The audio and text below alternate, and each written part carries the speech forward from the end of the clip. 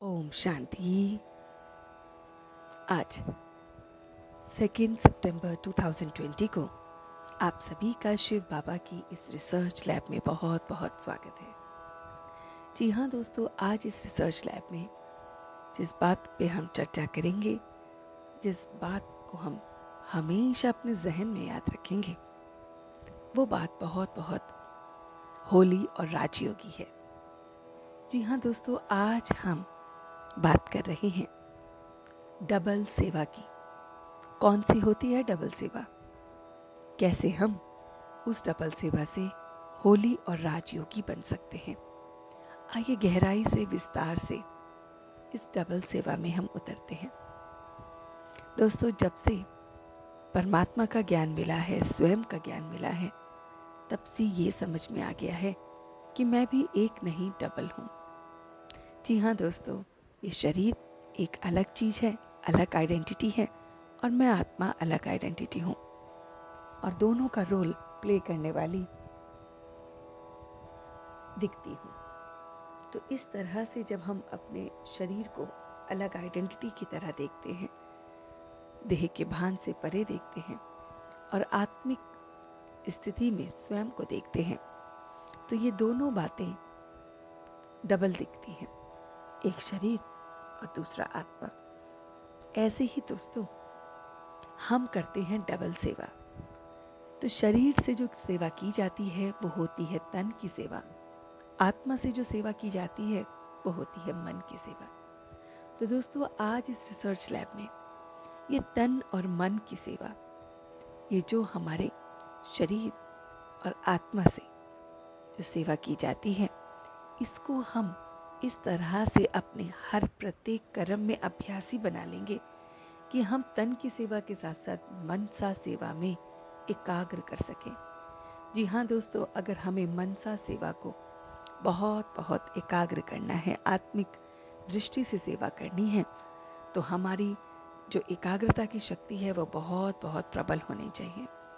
एकाग्रता की वो शक्ति जो हमें ये बताती है कि हमारा मन एकदम स्थिर है और एक जगह पर टिक गया है, उसी स्थिति में हमें अपने आप को देखना है। तो दोस्तों, कहने का भाव ये है कि हमें बहुत बहुत अपने इस तन और मन की सेवाओं को साथ साथ चलाना है। तो आइए देखते हैं डबल सेवा को अगर हम चलाते हैं तो किस तरह से हम चला सकते हैं।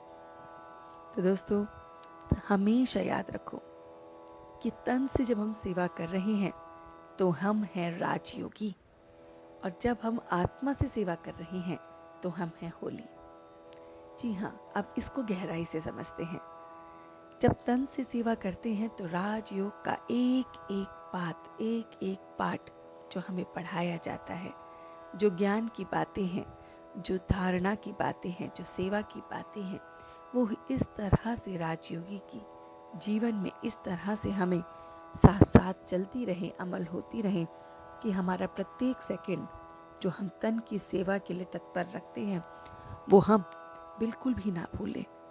तो दोस्तों देखिए, राजयोगी की कौन सी बातें हैं जो तन की सेवा में हमें अमल करनी है। तो सर्वप्रथम राजयोगी का वो कहना कि किसी के बारे में भी हमें ना मन से, ना मुख से, ना हाथ पैरों से, ना इस शरीर से किसी को भी दुख देना, ये राजयोगी की निशानी है। वो योगी जो अपने स्वयं की कर्मेंद्रियों का राजा है, राजयोगी है। तो हमें अपने कर्मेंद्रियों को अगर हम देखते हैं तो वो तन से संबंधित है, और तन से संबंधित है तो इसका मतलब तन की सेवा में हमें उसको यूज करने में बहुत बहुत अलर्ट रहना है। जी हाँ दोस्तों, तन से जब हम सेवा करते हैं और राजयोगी बन के करते हैं तो अलर्ट होके अपनी कर्मेंद्रियों पे हमें काबू पाना है। इन आँखों से हम कुछ भी नहीं देखें ऐसा जिससे हमारा मन की स्थिति खराब हो। इन कानों से हमें कुछ ऐसा ना सुने जो बाद में हमें पछताना पड़े। इस मुख से, इन हाथों से, इस पूरे शरीर से कुछ ऐसा ना करें जो दूसरों को भी दुख दे और स्वयं को भी दुख दे। तो इस तरह से राजयोगी की निशानियों को अपने अंदर, अपने भीतर याद रखते हुए हमें इन पर कार्य करना है। और जब दोस्तों हम अपने तन पर कार्य करते हैं, जब अपने कर्मेंद्रियों को इस सेवा में लगाते हैं, अपनी जो जिव्या है उसको हमें कम बोलकर और इस स्वाद को भी कम चखकर कि हमें ये मिल जाए, ये स्वादिष्ट मिल जाए, ये मिल जाए, इस तरह की भावनाओं से परे जब हम होते हैं तो हम कर्मेंद्रियों पे काबू पा लेते हैं। और जिसकी कर्मेंद्रियां काबू में होती है ना दोस्तों, वो फिर राजयोगी तन की सेवा में प्रबल होता है। तो दोस्तों ये सेवा इस तरह से होगी कि पहले मुझे अपनी कर्मेंद्रियों पे काबू करना है। जब कर्मेंद्रियों पे काबू हो जाएगा तो ही हम कोई भी कर्म करेंगे इस तन से। आप किसी के साथ भी व्यवहार करेंगे, आप किसी के साथ भी किसी को मदद करेंगे, आप किसी के लिए कुछ भी सेवा करेंगे, तो वो सेवा भी अपने में एक विशेष किरदार की तरह कार्य करेगी। फिर आपके इस देह भान से आप परे हो जाएंगे तो और आप डबल सेवा के लायक बन जाएंगे। इसी तरह से आती है दूसरी सेवा, जो है मनसा सेवा, जिसमें एकाग्रता की बहुत बहुत जरूरत है, जिसमें हमने अपने आप को होली कहा है। होली अर्थात पवित्र, क्योंकि हम मन से सेवा तभी कर सकते हैं जब मन पवित्र होगा। और दोस्तों कहा है ना, मन दुरुस्त तो तन तंदुरुस्त। तो अगर हमारा मन दुरुस्त होगा, मन काबू में होगा, मन में पता होगा कि मैं कौन हूँ, ये स्मृति याद रहेगी, देह के भान से परे याद रहेगा, तो ये जो मन की स्थिति है ये मुझे प्रत्येक कर्म में तन के मदद करेगी।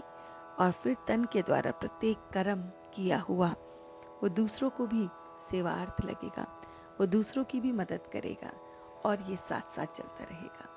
तो दोस्तों तन और मन की ये सेवा, राजयोगी और होलीपन की ये सेवा हमें निरंतर करती रहनी है। इसके लिए हमें ये नहीं सोचना है कि इस पल मुझे मैं तन की सेवा कर रहा हूँ तो मैं मन से कुछ भी विचार कर सकता हूँ, या मैं अगर मन की सेवा कर रहा हूँ तो मेरा तन कुछ भी करता रहे। नहीं दोस्तों, तन और मन को अगर सेवाओं में लगाना है तो तन के साथ मन जुड़ा है और मन के साथ तन जुड़ा है। अर्थात जब आप तन से कुछ भी सेवा कर रही हैं तो आपका मन भी उसी सेवा में तत्पर हो।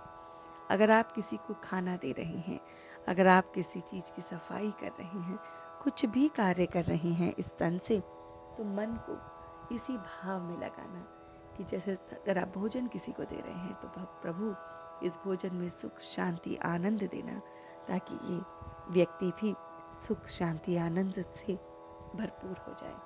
अगर आप कोई भी सेवा कर रही हैं तन की, उसमें मन को भी वहीं टिकाना, यही राजयोगी और होली की निशानी है।